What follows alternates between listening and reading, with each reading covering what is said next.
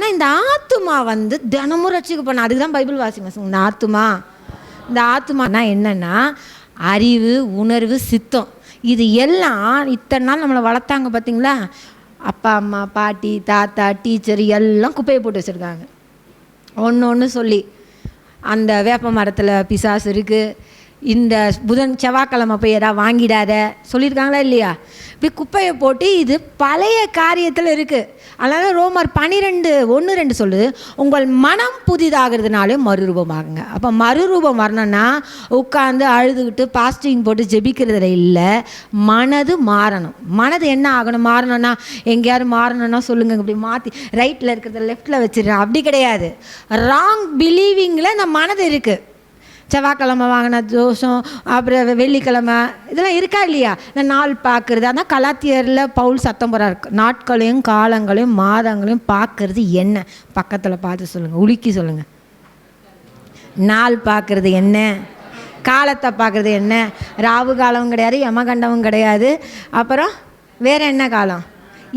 எல்லா காலமும் எனக்கு நல்ல காலம் தான் சொல்லுங்கள். எல்லா நேரமும் எல்லா காலமும் எனக்கு நல்ல காலம்தான்.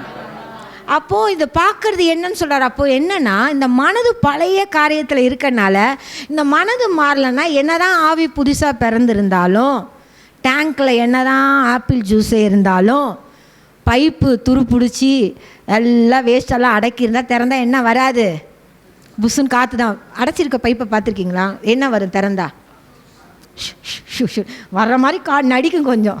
நானும் கிறிஸ்தவங்க, நானும் சர்ச்சுக்கு போகிறேங்க, அப்படியே புஷ்ஷுன்னு காட்டானே என்ன வராது? டேங்க்கில் இருக்கிறது என்ன வராது? Apple juice. அப்போ எதை மாற்றினேன்னா டேங்கை மாற்ற ட்ரை பண்ணுறாங்க. நான் சரியில்லை, நீங்கள் சரிதான் சொல்லுங்கள், நீங்கள் சரிதான்.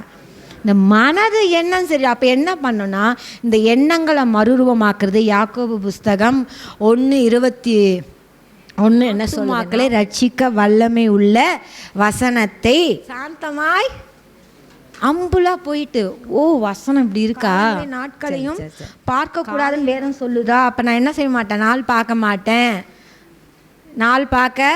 மாட்டேன் அப்படின்னு சொல்லி வசனத்தை சாந்தமாக அதை ஏற்றுக்கொள்ளும் போதே இந்த வசனம் என்னன்னா, இந்த மனது வேறு ஒன்று பிலீவிங்கில் இருக்குல்ல, அந்த ராங் பிலீவிங்லேருந்து ரைட் பிலீவிங்க்கு வந்துடுது. அப்போ ரைட் பிலீவிங் வந்தால் எல்லாம் ரைட்டாக நடக்கும். எனக்கு நல்லதே நடக்க மாட்டேங்க. அப்போ ராங்காக இன்னும் இருக்குது எண்ணம். ராங்காக எண்ணம் இருந்தால் ராங்காக பேச்சு வரும், ராங்காக பேச்சு வந்தால் ராங்காக தான் நடக்கும். அப்போ ரைட் பிலீவிங் வரணும்னா சரியான வார்த்தையை என்ன செய்யணும்? விசுவாசம் எங்கேருந்து வருது? ரோமர் புஸ்தகம் 10:17 சொல்லுது, விசுவாசம் கேள்வியினால் வரும். இதுக்கு முன்னாடி இருக்கிற வசனத்தை ஏசாயா 53 அங்கே கோட் பண்ணுறாரு பவுல். என்ன சொல்கிறான்னா, எங்கள் மூலமாய் கேள்விப்பட்டது யார்? பிரசங்கிக்காவிட்டால் கேள்விப்பட முடியாது சொல்லிட்டு, விசுவாசம் கேள்வியினால் வரும். கேள்வினா ஏசு எங்கே பிறந்தார்? பெத்லகேமா? ஓகே. அவர் எங்கே அடக்கம் பண்ணாங்க? அந்த கேள்வி இல்லை. கேள்வி நாணம், கேட்கறது சொல்லுங்கள், கேட்கறது.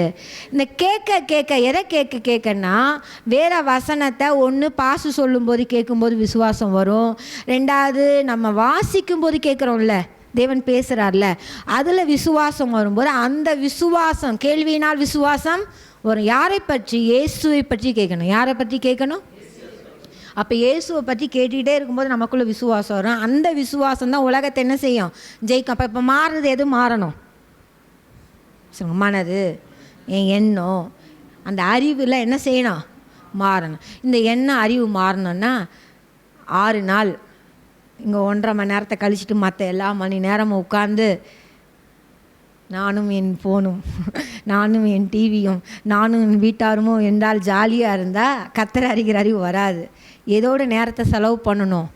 இந்த வேறு புத்தகத்தோடு செலவு பண்ண இந்த வசனங்கள் நம்ம மனதை மாறும். நம்ம மனது மாறும்போது வாழ்க்கை மாற சொல்லுங்க. மனது மாறும்போது என் வாழ்க்கை மாறுது. அப்போ மாற வேண்டியது எதுவும் மட்டும்தான், எது? சிந்தனை சொல்லுங்கள். ஏன்னா ஒருடைய சிந்தனை எப்படி அவன் அப்படியே இருக்கிறான்.